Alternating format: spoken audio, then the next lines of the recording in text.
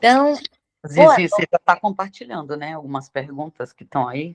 já. Tô Tá sim, bom, querida Marta. só para Olha, saber se é isso mesmo. a proposta seria para a gente refletir sobre aquele material que nós fizemos, sobre quais eram os processos de avaliação que evidenciavam uma educação humanizadora. Porque nós temos muita dificuldade, às vezes, de falar sobre o que evidencia essa educação humanizadora, até para caracterizar.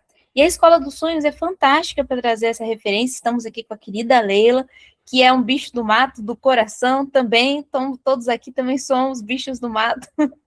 E que bom, porque a simplicidade, ela faz parte do amor, né? Quando a gente tem simplicidade, o amor acontece. Isso aí não tem dúvida, não. E a Escola dos Sonhos é essa referência de amor e de construção. Por isso que a querida Leia está aqui com a gente para poder trocar, e todos nós, né, que fazemos esses projetos, desenvolvemos, estamos aqui por amor, né? Amor realmente para constituir uma educação que tem sentido para todos nós, né? Então, as propostas, se vocês quiserem fazer mais perguntas também, à vontade. Eu só selecionei algumas perguntas para ajudar a gente a fazer uma referência, tá? Sobre o que seria, por exemplo, um currículo de humanização. E uma das questões que normalmente ocorre porque as pessoas têm dificuldade de responder. Mesmo nos projetos, trabalhando com vários tutores em vários lugares do mundo, não só no Brasil, Portugal, mas mais alguns outros, normalmente se tem dificuldade de caracterizar, por exemplo, um currículo de humanização na prática educativa. Quando é feita uma pergunta dessa, tem que fazer aquela junção, né? E nós vamos juntando ali os pontos e tal. Mas seria muito importante a gente trazer essa referência, né? Mas se vocês quiserem também elencar alguma outra, fiquem à vontade, tá? Eu só preparei para trazer aqui com a querida Leila essa questão porque é muito prática, né? E está acontecendo agora, nesse momento. Aí, se vocês quiserem fazer outras perguntas, a Ana está com a mãozinha levantada também, querida Ana. Oi, boa noite a todos, boa tarde. Para mim, a pergunta, ou as perguntas que me surgem sempre e que mais me trazem aprendizagem quando falo com alguém de outros projetos, é sempre perceber, ok, e como é que isto funciona num sistema que não quer isto? Ou seja, como é que nós conseguimos fazer isto acontecer de uma avaliação diferente, de um currículo diferente e não aquele padronizado, quando, pelo menos aqui em Portugal, no final do quarto ano, por exemplo, as crianças do ensino fundamental vão ter que fazer um exame que é igual para todo o país. E é aquele currículo que ali sai.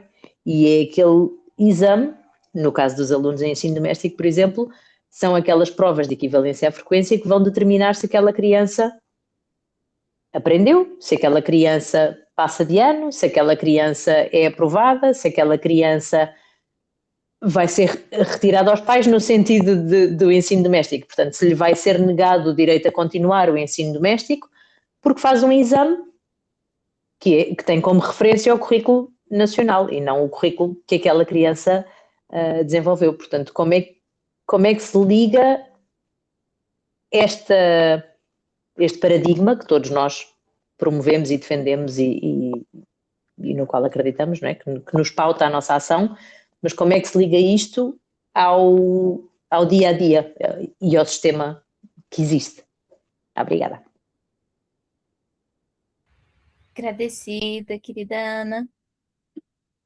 Querida Leila, quer começar então trazendo um pouquinho como é que caracteriza essa construção do currículo de imunização nessa prática? Muito esforço, muito sofrimento, mas muito amor também. Brincadeira. Então, assim, vou tentar falar como é que a gente faz na nossa realidade, na nossa prática, né? A gente sempre parte de um princípio, assim, que precisa saber o que que a gente vai fazer, para que a gente vai fazer. É a primeira coisa, né? Antes de atender, né, a um sistema, acho que é muito importante a gente saber o que a gente quer, né? Para quem é que a gente está fazendo o que a gente faz, né? E como eles querem, né? Então, a gente sempre partiu muito de um princípio de escuta, né?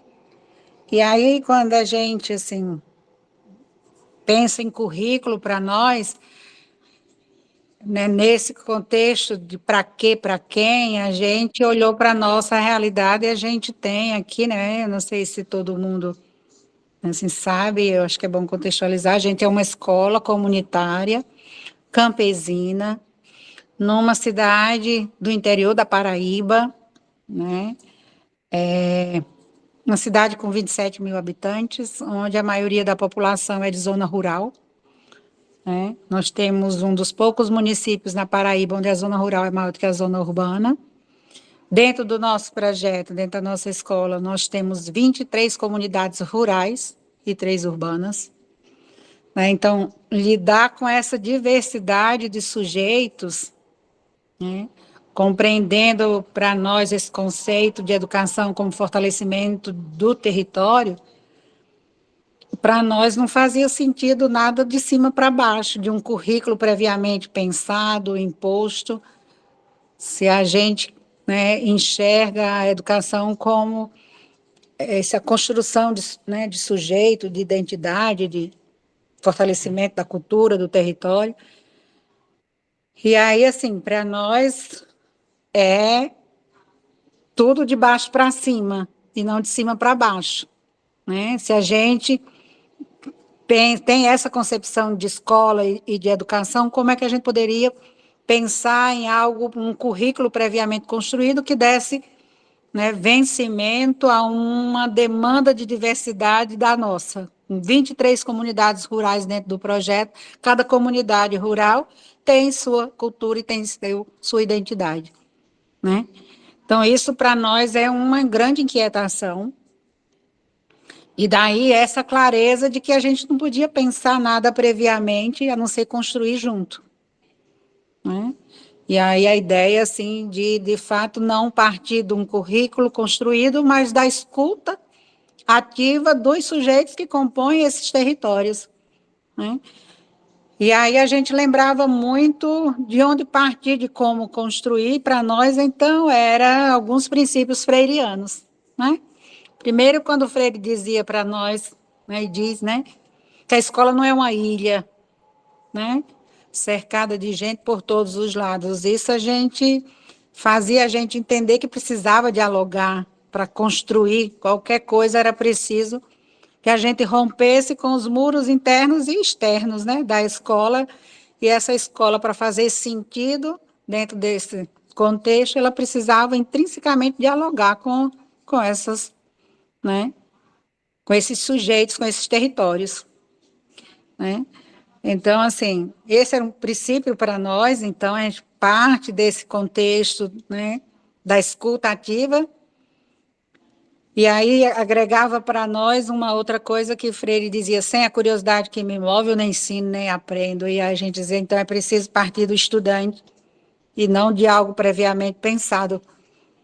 Então, a primeira coisa que a gente faz dentro da nossa escola é perguntar para o estudante: o que é que você quer aprender? Né?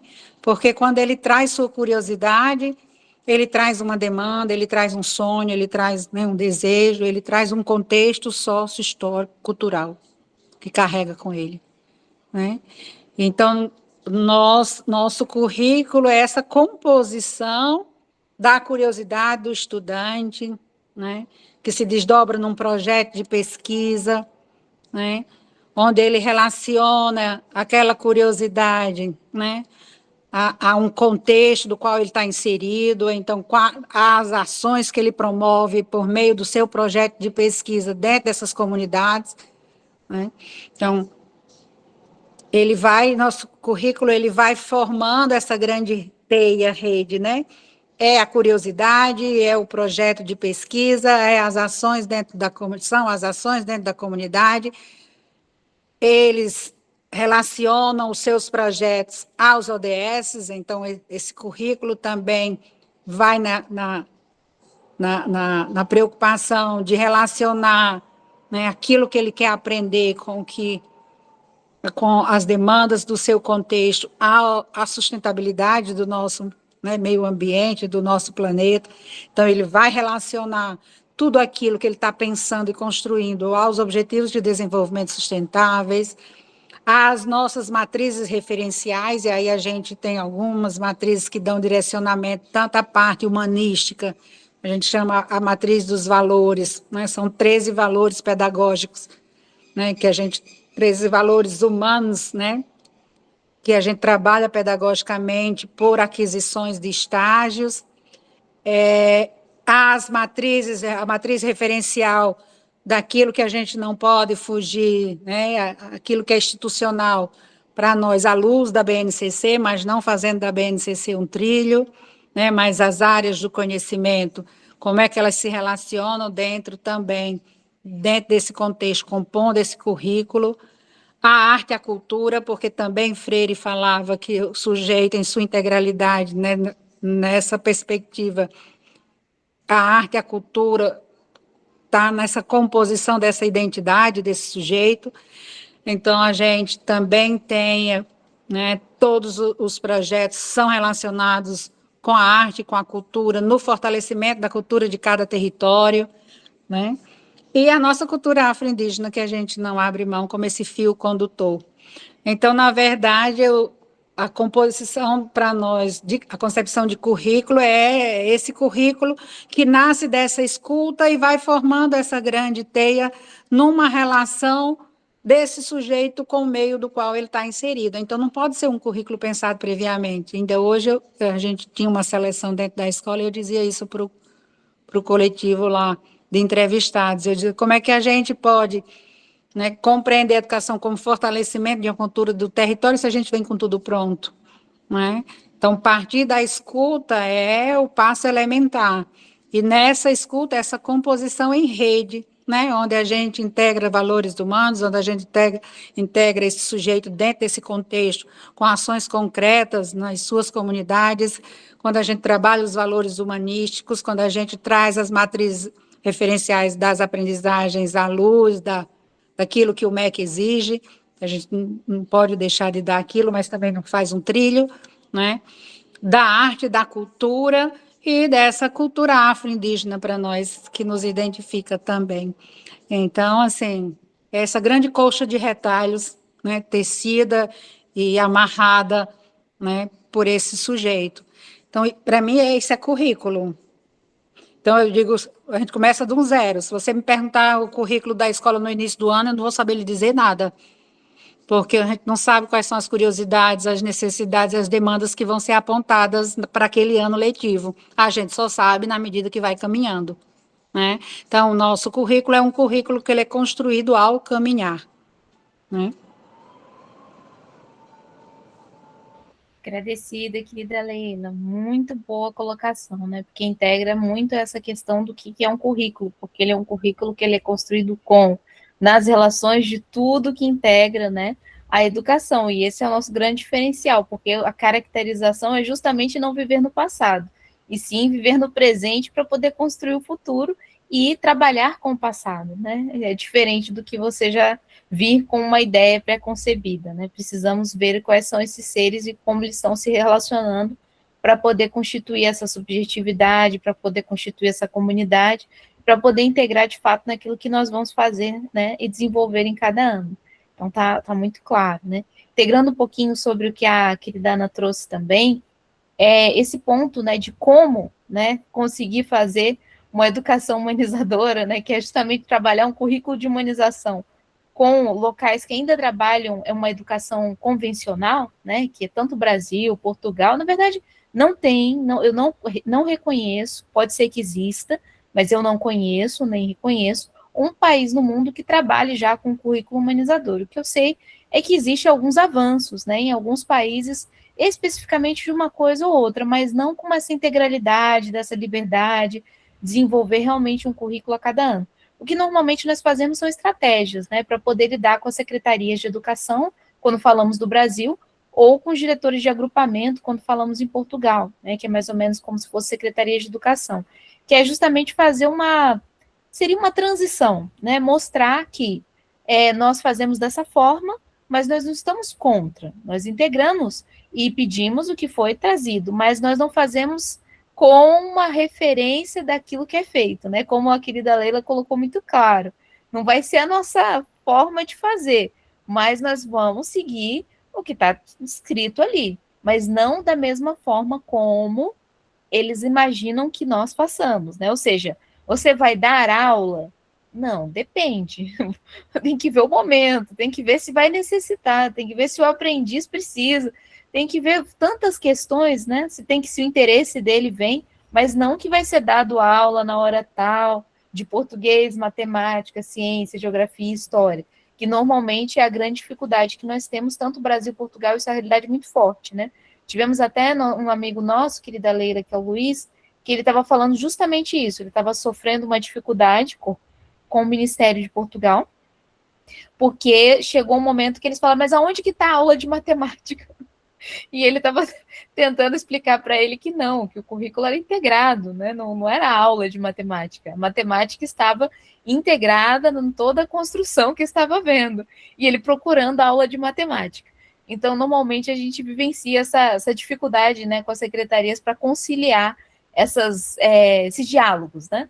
Muitas vezes o que é possível fazer, e isso, assim, em todos os locais eu vejo que acontece, eu sei que a querida Leila passa por isso também, é tentar uma comunicação, assim, possível com a secretaria, para que ela entenda que o projeto existe, que tem a sua autonomia e que tem essa possibilidade dentro da lei.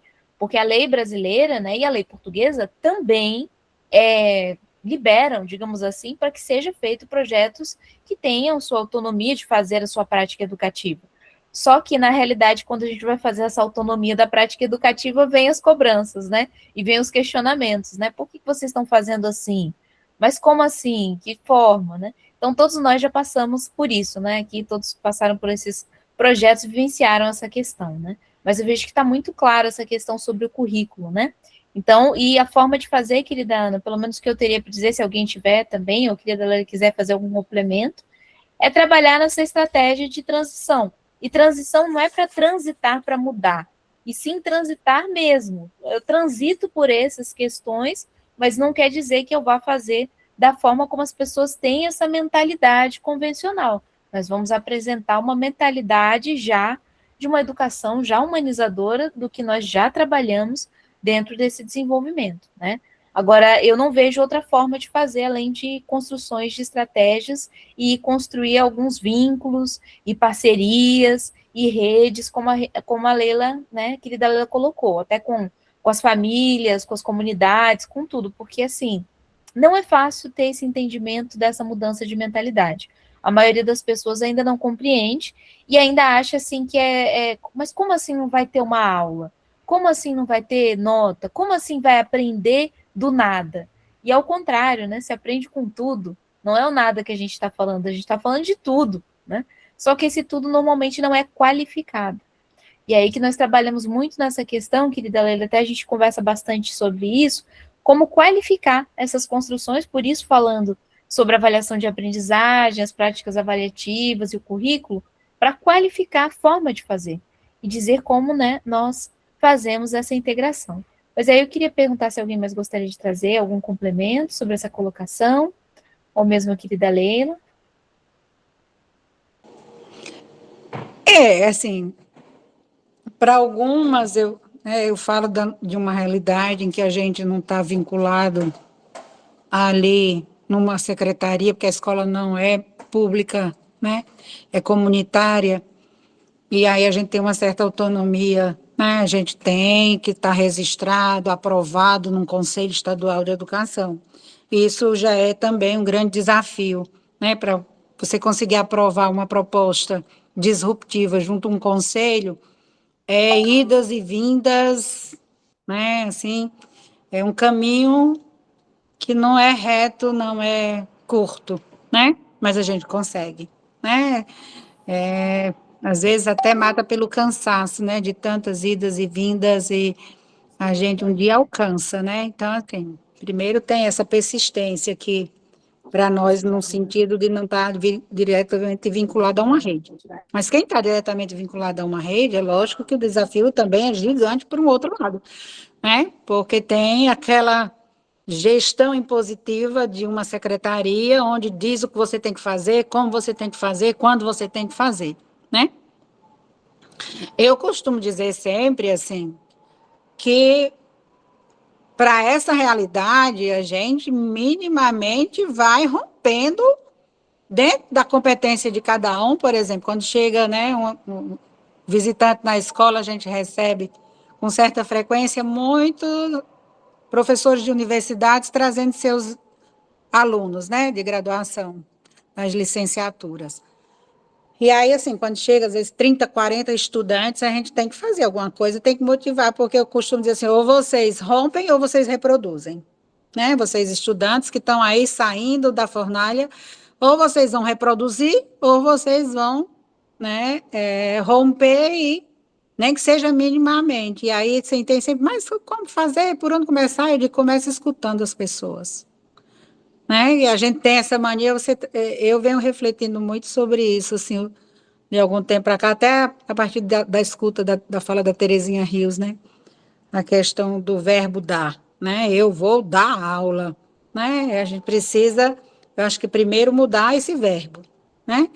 Porque ele exige algo previamente construído, você só dá o que você tem, né? Eu não posso dar esse copo, eu dou porque eu tenho ele. Senão eu vou dizer, eu vou te dar esse copo se eu não tenho esse copo para lhe dar. Né? O verbo dar, para mim, é um verbo, né, quem dá alguma coisa a alguém. Então, primeiro, a gente já exige algo previamente construído, né? E envolve a terceira pessoa, que é esse alguém. Mas eu posso morrer de dizer assim, Zizi, toma esse copo, deixa eu te dar esse copo. Se você não quiser receber esse copo, eu vou morrer com ele na minha mão. Né? Então, assim, a gente precisa refletir, porque primeiro o dar exige algo previamente construído, e segundo, que o outro queira receber. Você pode morrer de querer dar aula. Se o outro não quiser aprender, não quiser receber sua aula, você vai falar para o vento. Não é? Então, acho que a gente precisava mudar esse verbo da aula, né? E aí eu digo muito isso para os estudantes que estão vindo, né, vêm visitar a gente.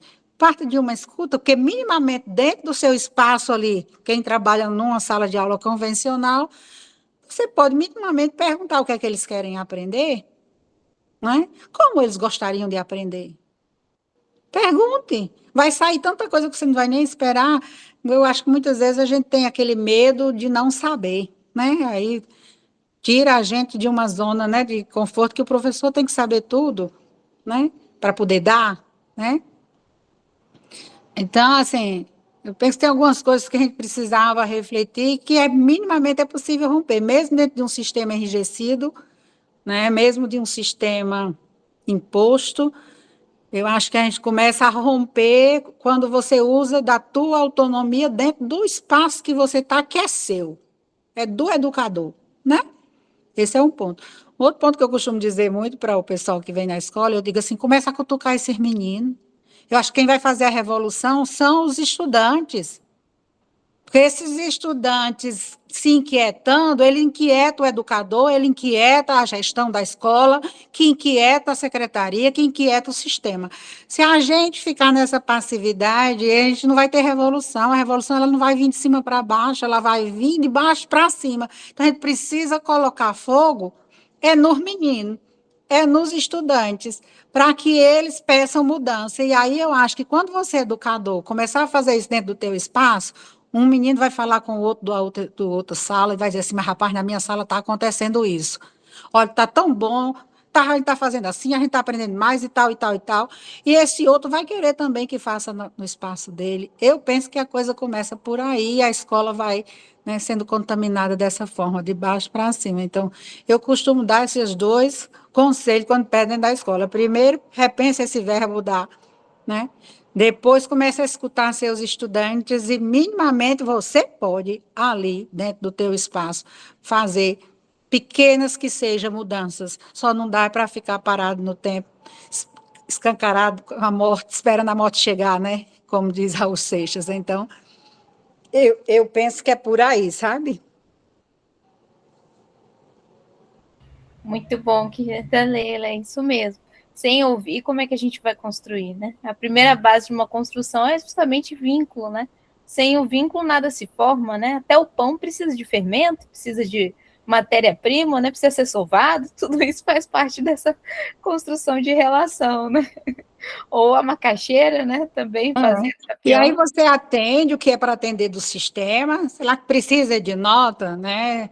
Esses dias a gente recebeu uma professora da Universidade de Campina Grande, da UFCG, né? E ela dizendo isso, assim, eu, no meio turma, eu não faço prova, né? Então, eu faço uma série de atividades com os estudantes, e até ela é da psicanálise, ela diz, bom, eu funciono com a minha turma, eu digo para eles, né, com as figuras lacanianas, o pequeno outro, o grande outro, e ela vai compondo isso dentro de uma formação de avaliação e diz, no final, quando se atribui uma nota, mas não necessariamente eu preciso fazer a prova, né? Existem outras formas, então, e dentro de uma universidade, né? Mas ela diz, olha, Leila, mas eu não sou vista com bons olhos lá, eu sou vista como a louca, né? Como eu digo, mas tá tudo certo, mulher, tá tudo dentro aí da tua área, né? Não é Lacan? Estudar Lacan não é coisa fácil. Se sua área você, né? Escolheu não é uma coisa fácil, mexe com o inconsciente da gente, né? E neuróticos, Freud dizia que todos nós somos, então, assim, não é? Vamos embora, vamos nessa neurose, né? Com certeza, querida Leila. Aí, o lindo é isso, né? A gente ter essa aceitação, mas muitas vezes a gente não quer ter a aceitação de ser humano, né? A gente quer ser algo que ainda não construímos para sermos. E podemos ser, se nós construímos para sermos, né? É. E uma coisa só que eu lembrei, que eu não me lembro o nome, Adriana, de Portugal, É Ana. Ana de Portugal, que falou que é uma preocupação, né? Que é isso, a gente, mesmo dentro de uma escola como a nossa, né, que não está vinculada diretamente a uma rede, mas também a gente tem o sistema, que é o MEC, né? Não sei como é em Portugal, para nós aqui é o Ministério da Educação e Cultura, e que a gente tem, independente de ser pública, particular, privada, você tem que abrir o sistema do MEC, se cadastrar e no final do ano dizer se o menino foi aprovado ou reprovado, né? E as avaliações nacionais. Nós não fazemos prova, né, já há muito tempo, mas a gente não foge das avaliações nacionais. Quando a gente é sorteado para fazer a avaliação, que a gente chama do SAEB, né, a Prova Brasil, nós fazemos a Prova Brasil. E aí eu acho que isso tem um lado positivo, porque a gente não precisa estar fazendo prova. Então, como é que a gente faz lá na escola? Quando a gente é sorteado, né? Então, um pouco antes da aplicação da prova, a gente já, né, pega uma prova daquelas que já ocorreu, aplica com os estudantes, mostrando para eles como é aquilo, como é que eles devem responder, né, para eles conhecerem, né, tatearem o objeto, né? E a gente tem, Ana, o maior IDEB da região. Para mim, isso é muito importante, que é mostrar que não é preciso fazer prova todo dia, não é preciso ter nota, não é preciso, né?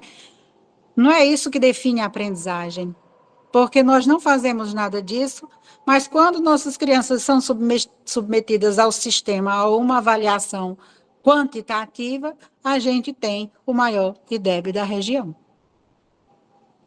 Aí isso é muito importante, porque respalda e empodera a gente daquilo que a gente faz, e a gente tem como comprar essa briga junto com o Conselho Estadual da Educação, né? Porque a gente tem como provar que a gente faz de uma outra forma e faz bem feito, porque o resultado que eles querem, eles obtêm no final.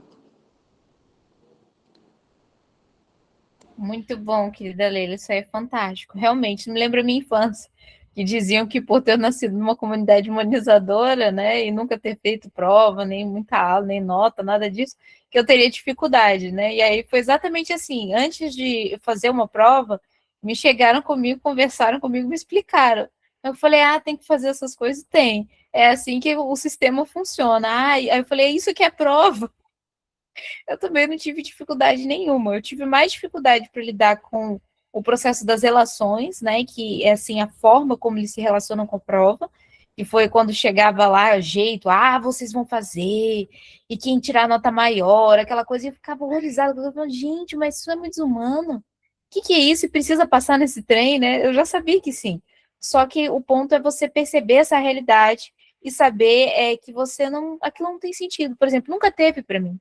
A nota, prova, a aula nunca teve sentido, eu nunca levei isso em consideração. Aí, quando eu precisava fazer, era exatamente isso, porque eu fui uma criança que, né, não teve essa referência. Então, quando eu precisava, eu fiz. E passei, inclusive, em medicina, escolhi pedagogia, me chamaram de louca, né? Até hoje, às vezes, o pessoal me chama por causa disso. Falei, mas que absurdo, você escolheu, né, o time dos perdedores, que são os pedagogos, né? Porque é assim que o pessoal pensa sobre educação, infelizmente. Mas eu não digo todos, né? Não vamos generalizar, mas a gente sabe que tem uma porcentagem que pensa que a educação é algo assim que deveria ser passado para a inteligência artificial, ou para algum programinha, ou para alguma coisa assim, porque não precisa, é um treinamento, é um ensino, não tem a ver com aprendizagem, né? E nós sabemos que, infelizmente, é isso que nós estamos trabalhando e batalhando para mostrar que não tem lógica isso. Inclusive, nós temos vários características, né, que trazem essa referência, que é a questão da saúde mental, né? As crianças estão doentes, né? Ah, querida Marta, agradecida em informar. Querida Marta também, querida, no momento que você conseguir conhecer melhor, você vai gostar muito. Ela fez um projeto lindo em Brasília, 115 Norte, que eu acompanhei também, fizemos online no período de pandemia. Então, também vale muito, os projetos aqui acompanham muitas questões também. Só que a internet acho que está um pouquinho ruim para o pessoal hoje, mas a gente está conseguindo avançar bem aqui. Eu não sei se é uma frente fria. Ontem aqui fez um sol bonito, danado, mas hoje a temperatura caiu assim abruptamente, fez, né, para nós aqui frio, chuva o dia inteiro. Isso mexe com a internet também. Para nós hoje ela oscilou bastante o dia todo. Gente, para quem não sabe, o interior da Paraíba é frio, viu? Para quem não sabe, Bananeiras é frio pra caramba. É muito mais frio que Mato Grosso.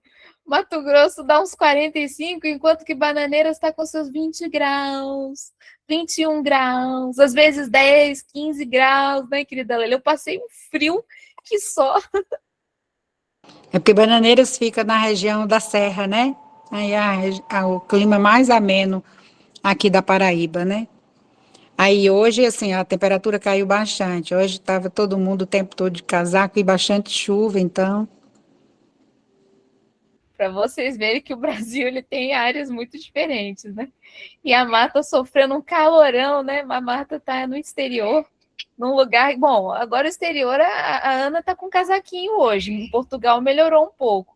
Mas França, Itália, tá tudo pegando fogo. Espanha tá tudo 40 graus, né? 38 graus. Eu tenho uns amigos também que falaram: minha Nossa Senhora, o Mato Grosso chegou aqui, Zizi. Quando a gente baixou aí, tá parecendo que aqui na França tá pegando fogo. Eu falei, gente, agora chegou, né? Mudança climática. Vamos ver se alguém vai ter desconfiômetro, né? De falar que não existe. França com 45 graus. Não existe. Falta educação, né? Por isso estamos aqui, para trazer essa educação, né? Agora, Bananeiras ter esse friozinho é normal. Aqui não está normal. Mato Grosso andou fazendo frio de menos 5 graus, menos 9 graus. Não foi normal. Isso não é muito normal, não. Tá? Só explicando. Aqui é 40, 38, 45, 50, solo de 70 graus. Mas não é normal também. Isso já é mudança climática. A Marta, querida Marta, tá na Espanha, então ela tá sofrendo de um calorão que só.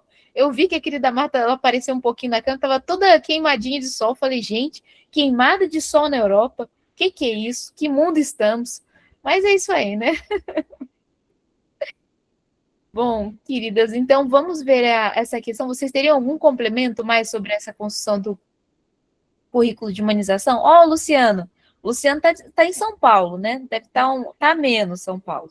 Um casaquinho, tá um pouquinho frio. Tudo bem, querido Luciano? Boa noite. Olá, gente bonita, como vocês estão? Aqui em São Paulo, tá uma friaca. Pra gente é friaca, né? Assim, um friozinho chato aqui.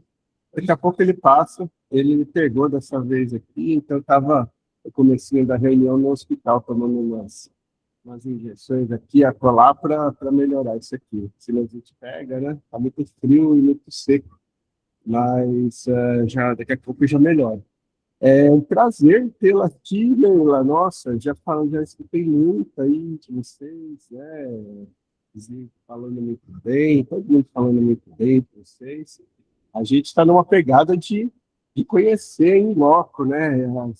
esses lugares fantásticos aí do Brasilzão. Então, assim que der, eu quero visitá-la também.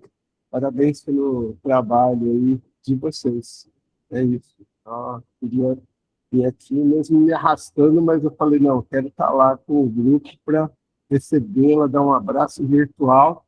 Meu contexto aqui é de uma escola digital, uma escola online que dá apoio ao pessoal que faz homeschooling dentro desse paradigma diferentão nosso aí, mais humanizado, mais democrático, né? Que pensa a educação de uma forma diferente. É isso. Prazer.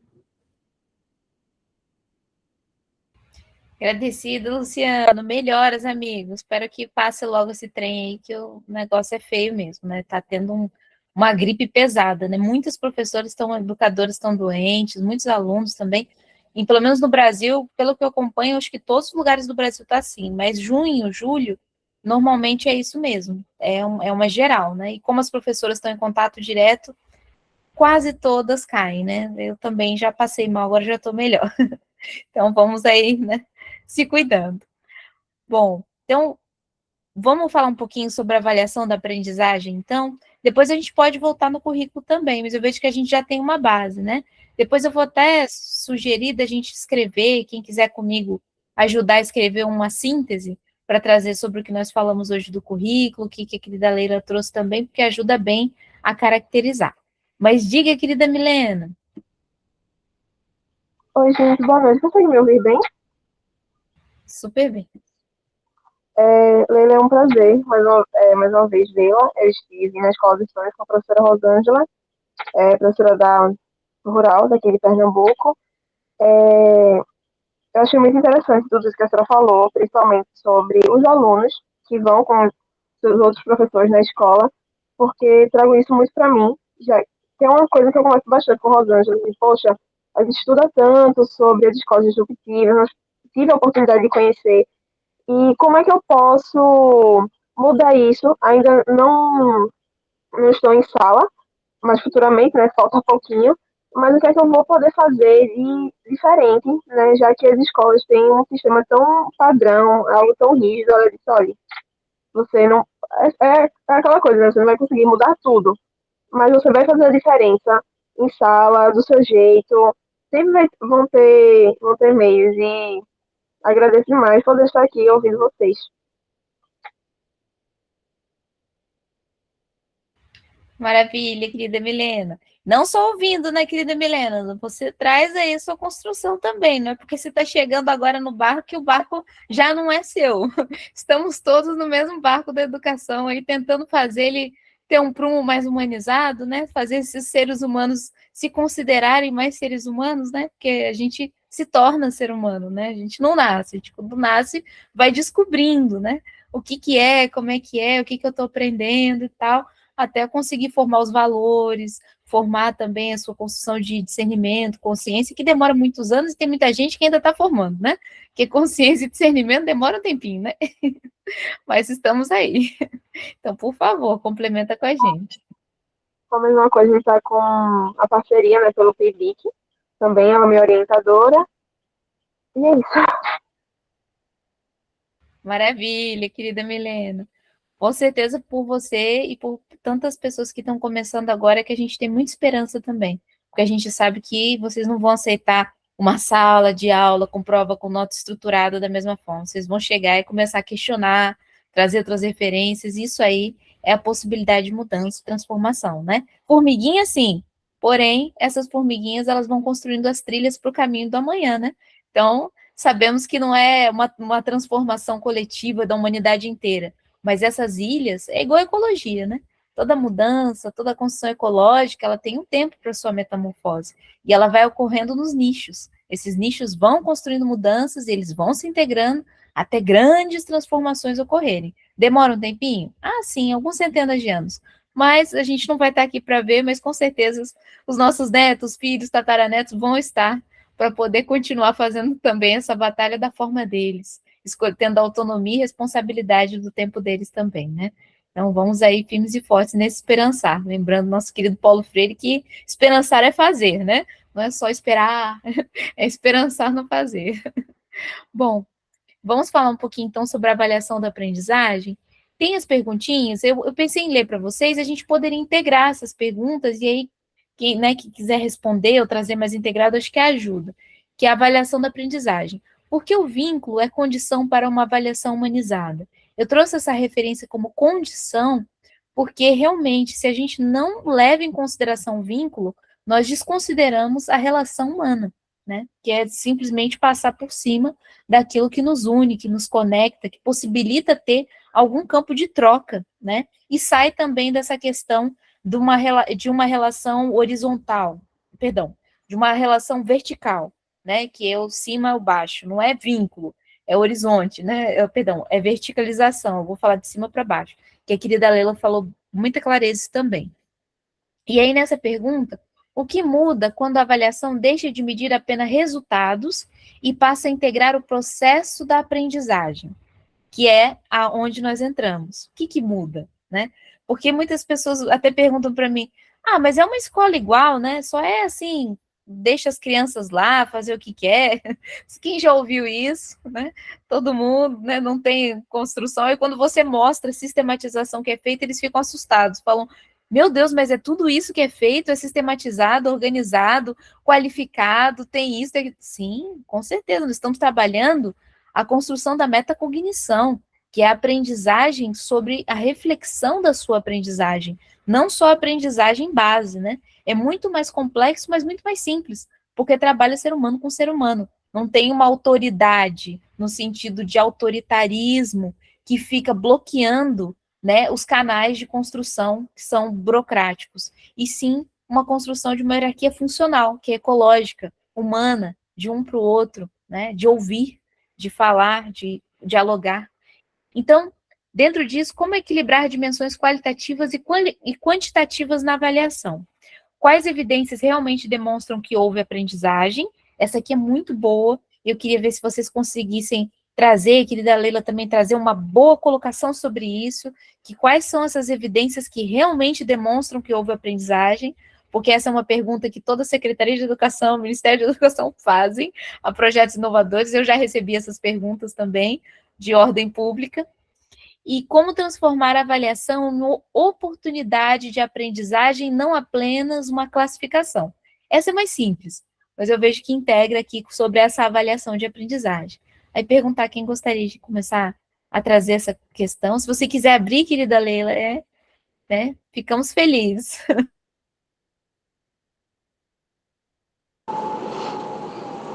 Não sei, é importante, eu acho que outra pessoa começar, não é? Até porque senão fica, vocês que sabem. Eu vou falar da minha perspectiva, mas se alguém quiser começar, eu complemento, não sei. O que você acha melhor? Eu começo mesmo? Claro, querida Leila, que a gente, assim, quando chega, como você não pode participar sempre, te ouvir é muito feliz, entende? Porque a gente se ouve bastante, é que você não, assim, não ouve muito a gente, mas como a gente está com a oportunidade de te ouvir, é muito legal, né? É verdade, né? É isso, eu sou bicho do mato mesmo, né? Então, assim, eu não sou. Eu chego de noite já bem cansada, e aí, assim, eu não rendo muito de noite, eu sou mulher do dia. O bicho do mato que durante o dia vai, mas de noite, quando a lua chega, eu tenho que me esconder. Vamos lá. Eu acho que você traz uma coisa importante logo de cara. Assim, mais uma vez, assim, na minha cabeça, é avaliar o quê, para quem. Eu sempre gosto de partir dessas reflexões, né? Sempre nesse questionamento. Mas avaliar o quê mesmo? Para quê? Para avaliar quem? Para quem? Acho que tudo isso é importante, né? Porque aí dá uma diretriz, né? Aponta, assim, né? Um horizonte. Esse é um ponto. E aí você traz a questão do vínculo, né? Aí a gente lembra Paulo Freire, quem ensina aprende ao ensinar, né? E aí quem ensina aprende, né? Ao aprender, enfim. E pensar nessa... E aí, para mim, quando ele diz isso, ninguém ensina a ninguém, a gente aprende na relação, né? Então, para mim, o vínculo é a construção de uma relação. né? Só tem vínculo se há relação. Esse é um ponto, né, que a gente precisa refletir. E leva, assim, para a gente tecer a vários caminhos. Mas, por um outro lado, assim, aí a gente vai pensando nisso. A relação, ela é permeada, né, pelo diálogo, né? E esse diálogo, qual é a concepção, mais uma vez, de diálogo, né? E aí passa para mim pela, você falando, eu digo assim, meu Deus, a gente tem que refletir isso, as concepções. Para mim, eu volto muito nessas questões. Porque aí, pelo diálogo, né? Aí vem a linguagem. Durante, né? A gente vai ver que a linguagem, ela transita conceitualmente, né? Desde a concepção de transmissão do pensamento, e aí não há diálogo. O que tinha, né, era uma relação verticalizada, né? É aquilo que está previamente construído e que eu não me constituo como sujeito, mas que internaliza e eu transmito, né? Depois a gente sai, né, na Idade Antiga dessa concepção, né, de linguagem como transmissão do pensamento e adentra na Idade Média com a concepção de linguagem como meio de comunicação, né? E aí, assim, já envolveu agora um receptor, né? Enquanto lá só existia, né, digamos assim, a figura do emissor, na Idade Média, a gente vê a linguagem já tendo duas pessoas, né? Mas ainda aquela que emite e aquela que recebe, né? E aí, lá no modernismo, a gente vem com a concepção de linguagem como processo de interação, né? A linguagem é, sobretudo, o processo de interação. Aí entra dentro disso que você colocou aí de compreender a avaliação, né? Eu estou vendo pelo celular que o meu computador não estava conseguindo a rede, aí está muito pequeno, mas eu acho que alguma coisa que você pôs aí foi isso, né? O vínculo como condição de uma avaliação humanizadora.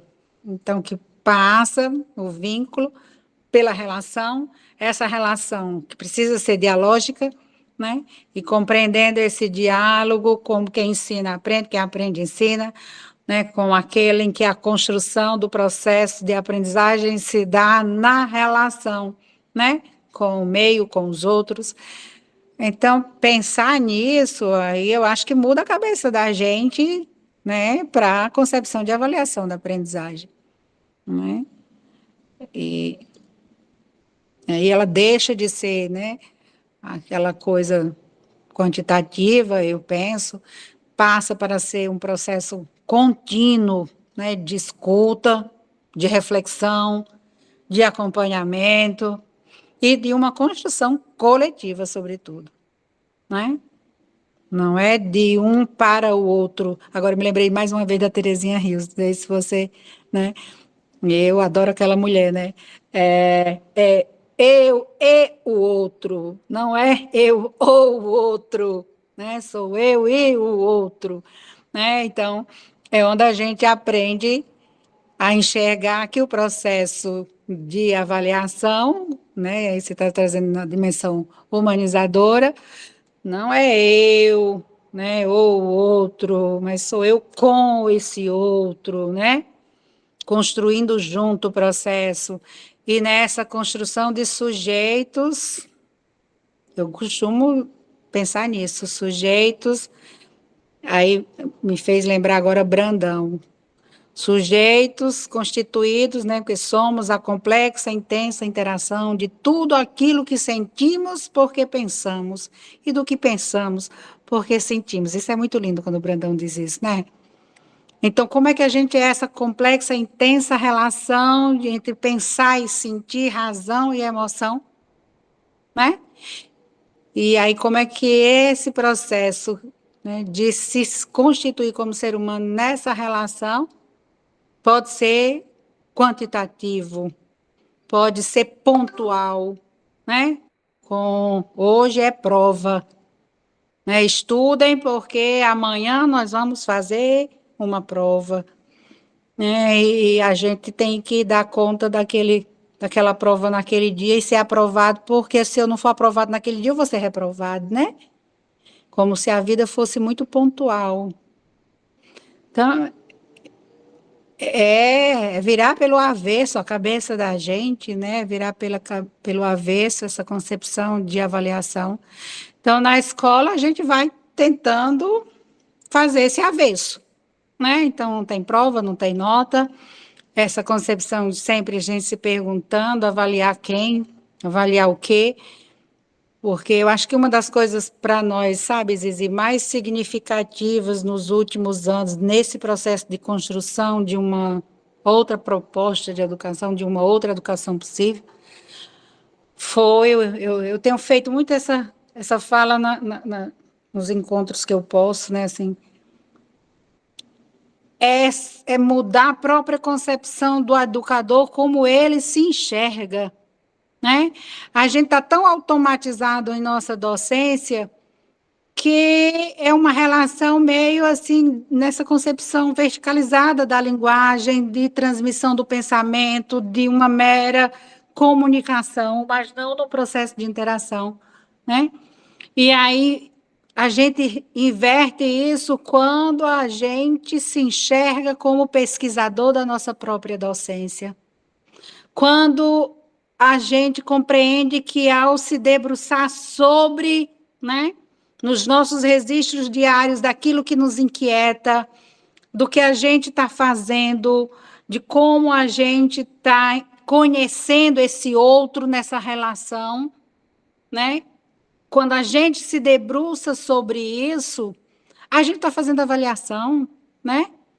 E a avaliação, eu também estou precisando dormir daqui a pouco. Acho que é hora da gente dormir, né, Zizi? Claro, querida Leila. É, porque está aí, né? Acho que é Marta que colocou. Acho que lá já são, né? Tem o fuso horário, não é isso? Sim. É, Marta, eu entendo, super entendo, porque aqui é cedo, mas a gente também já, do dia já está cansado. Então, para não me delongar, sabe, Zizi, eu acho que é alargar essa visão de avaliar, que ela é muito mais ampla do que uma prova, não é? Ela avalia, não é só a relação de aprendizagem, mas ela avalia a própria construção de relação de sujeito, que se constitui ali de sujeitos aprendizes, dos dois lados, né? Então, ela exige para mim muito mais um processo contínuo de escuta, de reflexão, sabe, do acompanhamento do que uma coisa pontual, sistemática. Quando eu digo sistemática, não é que uma avaliação diagnóstica, uma avaliação participativa, uma avaliação, como a gente escuta tanto na teoria, ela não deixa de acontecer, pelo contrário, exige muito mais de nós, me perdoe, mas é muito mais simples de você fazer a prova do que você, de fato, olhar para essa avaliação dentro desse grande arcabouço, desse todo que constitui, né, o ser humano, que não é só, né, a matemática, que não é só aprender português, não é só isso é muito pouco, isso é o fio lá do final de um processo assim, muito pequeno do que é a aprendizagem. Então, assim, acho que é uma reflexão que é longa, é uma reflexão que dá bastante debate para a gente. Acho que você fez umas questões muito provocadoras, né, aí que de fato já me fizeram também isso, como é que a gente mede, tem uma coisa assim, né, como é que a gente avalia se aprendeu ou não aprendeu, né? E aí, nesse sentido, você tem que viver, você tem que ver em loco, né? Aí vai assim, você que já conheceu de perto a gente, e aí o que é que você quer, de fato, com o que você faz, né? Com a sua docência. Porque quando a gente vê nossas crianças felizes, né? Quando você vê nossas crianças interagindo assim, de igual para igual, com o visitante que chega que ele nem conhece, que ele troca de boa ali as experiências, né? Hoje mesmo, assim, no processo seletivo que a gente estava dentro da escola, né? A pessoa chegou assim e depois quis conhecer a escola e de repente estava, né, 3 estudantes ali aprimorando o instrumento porque ia ter aula de música e a pessoa se aproxima e eles de boa acolhem como se fosse já um conhecido longo daquela pessoa. E passa a conversar, e passa a dialogar, e passa a construir conhecimento, né? Isso, para mim, é de uma riqueza muito grande. Então, isso, para mim, é o grande indicador, né? Quando nossas crianças, né, elas dialogam de igual para igual com qualquer visitante que chega dentro da escola, não se sentem nem inferior nem superior por ser grande, né? Por não conhecer, né? Não, elas ali estão interagindo e construindo saberes num processo, para mim, que é de uma riqueza grande. Isso, para mim, é o maior indicador da avaliação. Aí, para o MEC quer nota, quando faz a nota que a nota chega, está lá também. Não está? A gente tem o maior IDEB. Pronto, é isso que você quer? Tome. Para nós isso não faz diferença, mas para você faz? Está aí, fique com ela, essa nota, né? O que a gente quer é outra coisa. Então, eu acho que é isso, sabe, Zizi? Mas a gente também é questionado, viu? Aí eu dou sempre essa resposta. Para nós isso não faz diferença, mas para o sistema faz, a gente entrega a do sistema e tá tudo de boa. Vá para lá que eu fico para cá.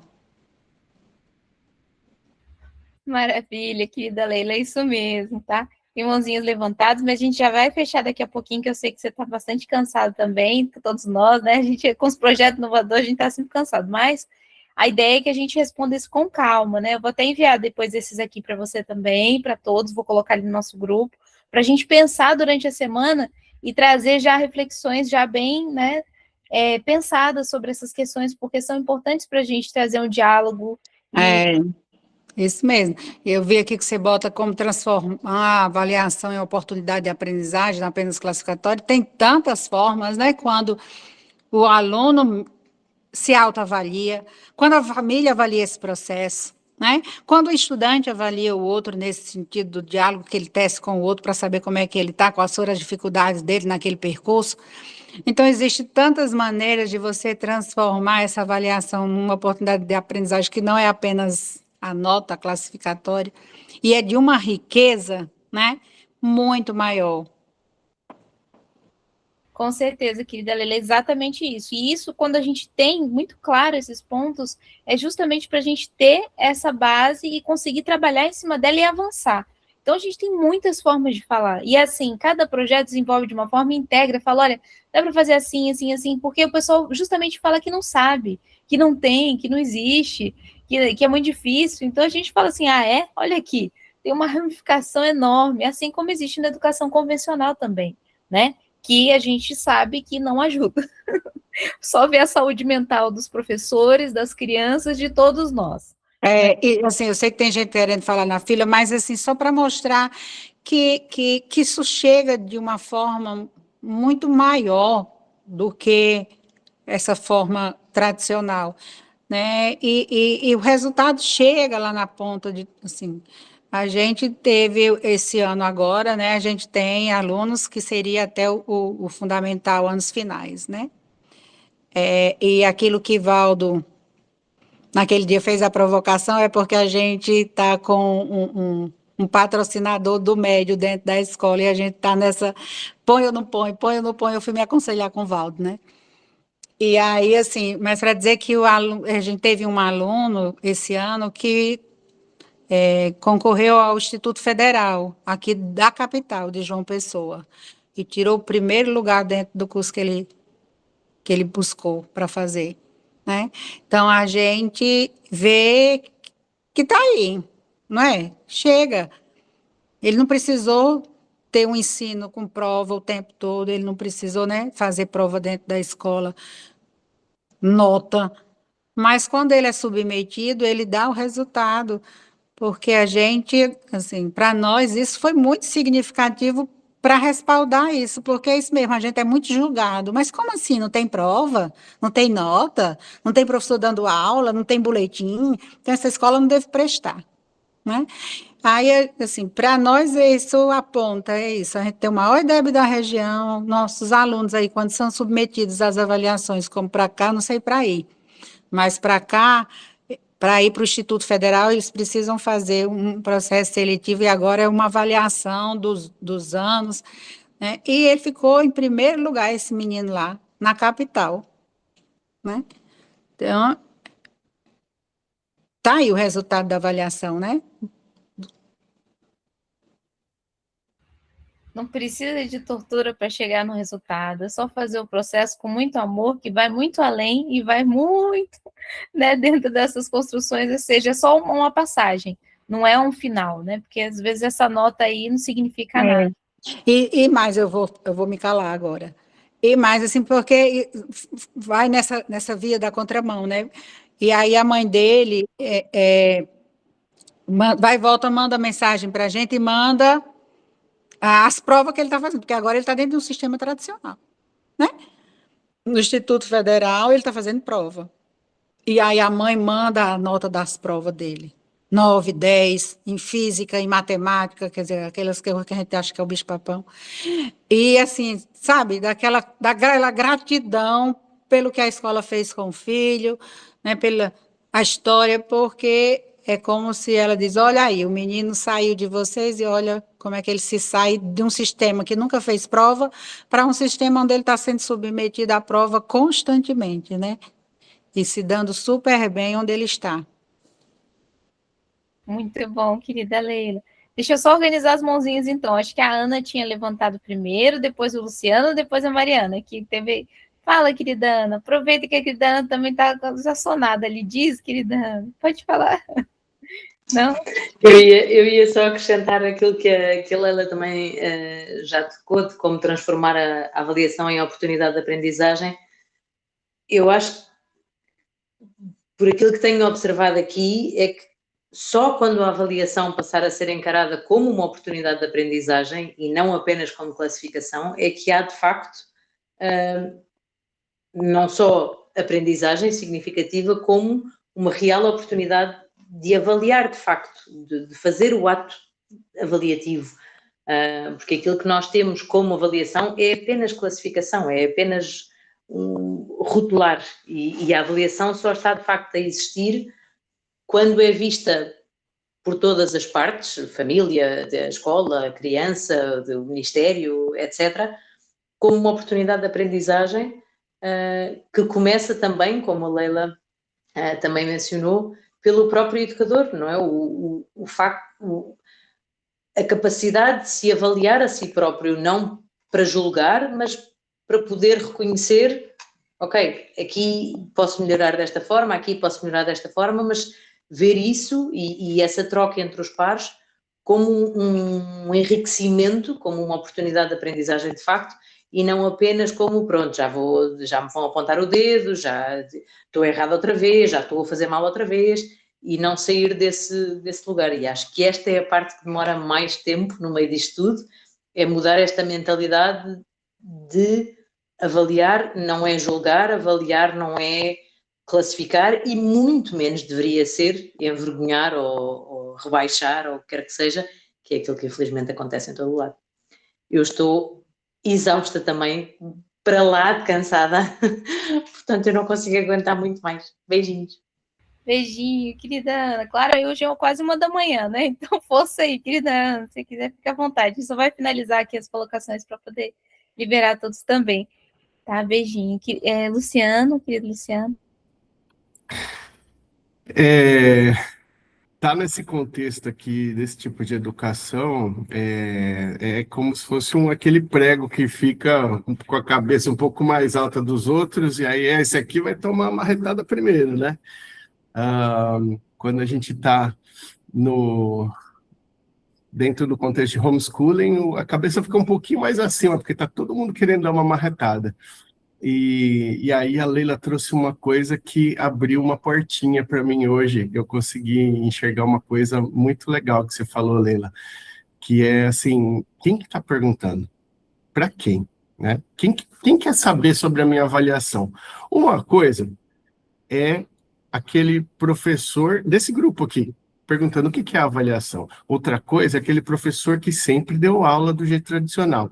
Outra coisa é uma pessoa da Secretaria de Educação. Outra coisa é uma pessoa que ataca esse tipo de aprender. Uma coisa é aquela família que já chega super desconstruída e já chega com um currículo fantástico na mão, olha, tudo baseado nas coisas da vida que eu quero saber. E a outra é aquela que fala assim, vai passar no vestibular? E eu acho que para todas essas pessoas, a gente tem resposta. Esse grupo aqui tem resposta. Pro pai que chega assim, vai passar no vestibular?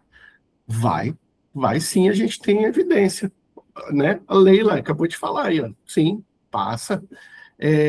Mas tem prova? Tem prova e tem prova diária. Na verdade, a prova é a cada hora.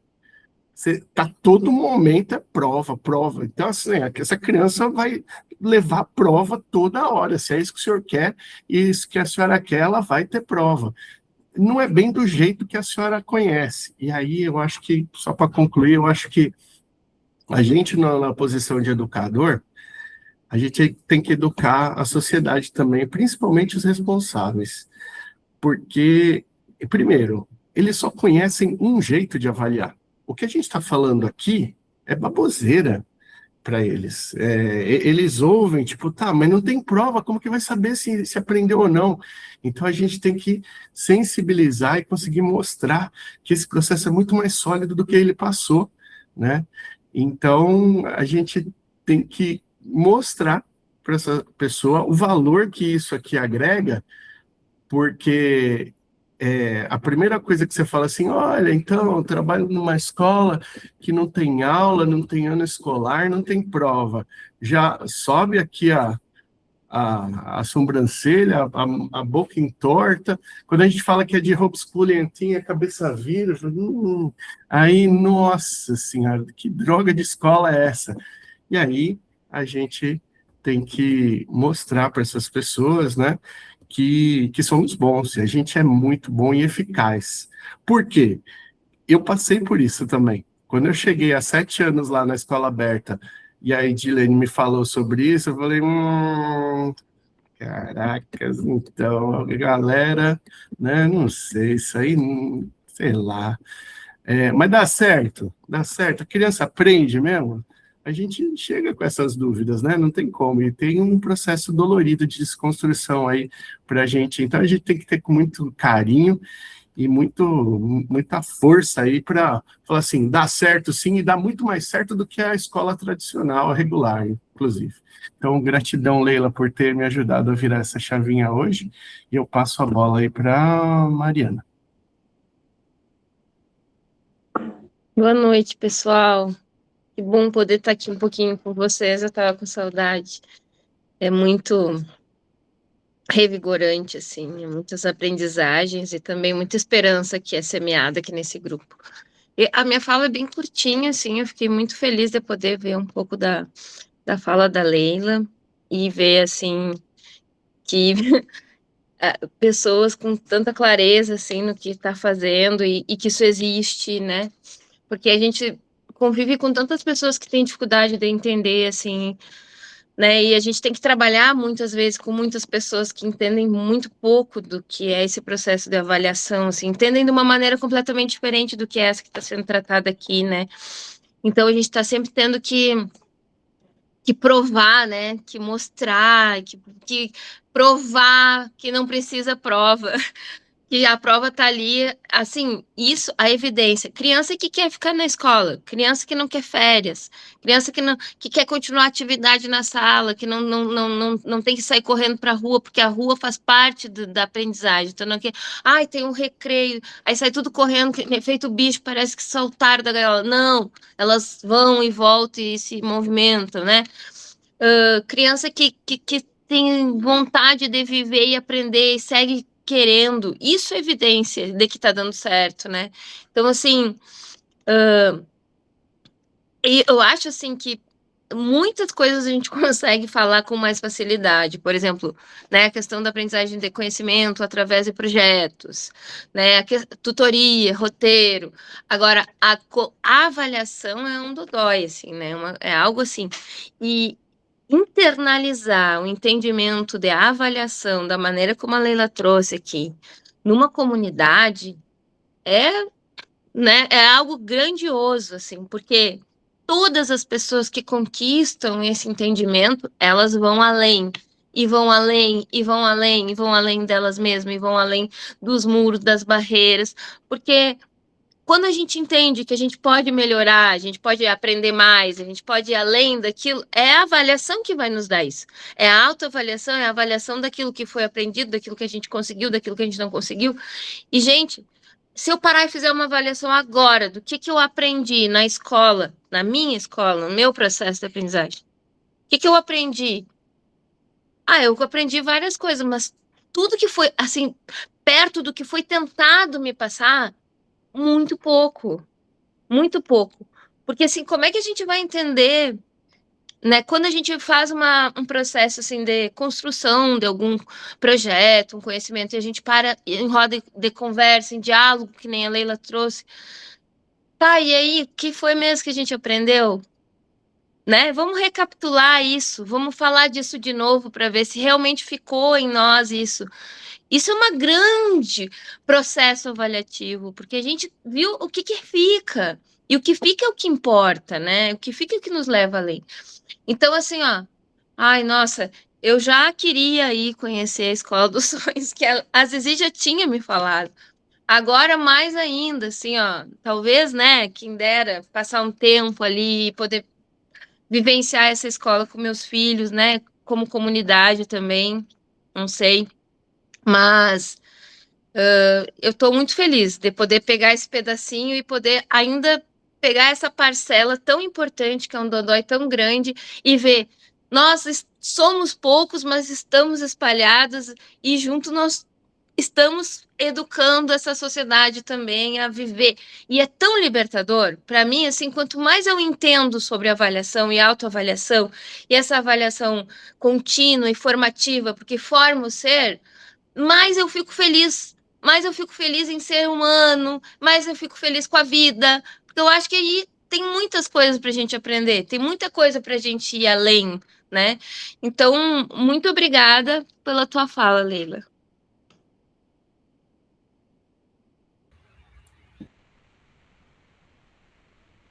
Quer falar, querida Leila? Fica à vontade. Nossa, eu é que agradeço, assim, né? A gente não tem dimensão disso, né? Do que gera no outro, né? A fala, né? Porque, em princípio, é isso. Você fala a partir do teu lugar e é aquele teu mundinho ali, né? E a gente não é, né? Assim, dessa interação aí, né? Com as redes. Então, você fala até de forma mais, começo mais acanhada, né? Mas depois vai, né? E que bom que a gente consegue, de uma certa forma, colaborar com o outro, né? E eu acho que isso é que é um processo educativo, isso é que é um processo de aprendizagem, né? E quando a gente está aqui e juntos, a gente está construindo saberes, né? Porque isso também para mim foi muito importante, né? A gente vai aprendendo junto, né? Porque eu saio também desse momento com essas provocações e as falas, né, de vocês também. Então, a gente hoje deita, mas não dorme logo assim nesse sentido, né? Porque vai ficar pensando, né? Mas isso é muito bom. Gratidão pelo convite, Zizi, gratidão a vocês por terem, né, essa disponibilidade, apesar do tempo, do cansaço, da hora, né, para alguns já, né, em outros países já bem mais tarde, né, tá aqui. Então, gratidão, muita gratidão, né? Agradecida, querida Leila. Próxima semana você está aqui com a gente também, né, pessoal? Então, vamos nos preparar aí. Eu vou passar esse documento ali no grupo, reler, eu vou mandar para a querida Leila, tá no grupo ali também, para a semana que vem a gente conseguir fazer e vamos descansar, né? Que eu vi que estamos todos nós, né, já no limite. Sim, querido Luciano, quer falar? Zizi, só queria pedir uma coisa para o grupo como um todo. Três meninas aqui da escola criaram uma campanha de ajuda para as pessoas lá da Venezuela. Passou a Copa, todo mundo esqueceu lá, mas o povo está num sofrimento danado, né? E eu coloquei o link aí. Se vocês puderem ajudar divulgando isso, e assim, R$ 10, assim, se a pessoa perguntar quanto que é R$ 5. Se a gente conseguir R$ 5 aqui, R$ 5 lá, pô, no momento de calamidade que eles estão lá, já ajuda. O Rotary da Venezuela está ajudando a gente a fazer essa distribuição, e se vocês puderem pegar esse link aí, só copiar e jogar no Instagram de vocês aí, eu agradeço muito, assim, a gente tem a meta aí de fechar nos próximos 2 dias, elas estão aí em quase 40% da meta e estamos correndo aí para a gente conseguir bater a meta que elas colocaram lá. Então, fizeram com muito carinho, né? Fizeram uma pesquisa bem séria de quem quer receber esse dinheiro, como que está a situação lá, como divulgar da melhor forma. Estão trabalhando firme nisso, então se vocês puderem contribuir divulgando, ajuda demais, tá bom? Gratidão. Agradecida, querido Luciano, com certeza. Temos aí vamos nos apoiar, né? Lembrando de vocês darem uma olhadinha também ali no site da Escola dos Sonhos, porque a gente consegue fazer também, adotando os aprendizes ali nas construções também. Eu sei que a querida Leila não fala tanto, mas vale muito a pena a gente também dar uma força lá, tá, gente? Então, dê uma olhadinha também, né? É um momento da gente fazer essas trocas aí, porque são projetos muito importantes, né?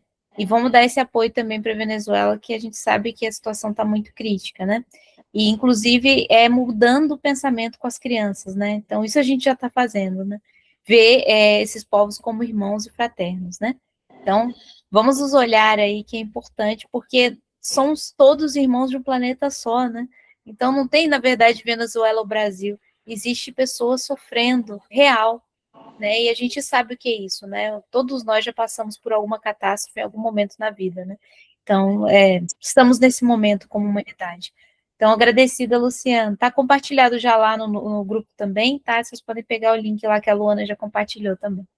Se for o mesmo, né? Mas eu acho que pelo que eu vi aqui. Valeu, querida amiga.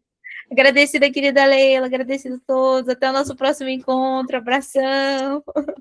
Beijo Obrigado, grande. beijo. Boa noite. Beijo, Leila. Um Obrigado. abração, pessoal. Até quinta que vem. Até. Beijão. Beijão. Beijo.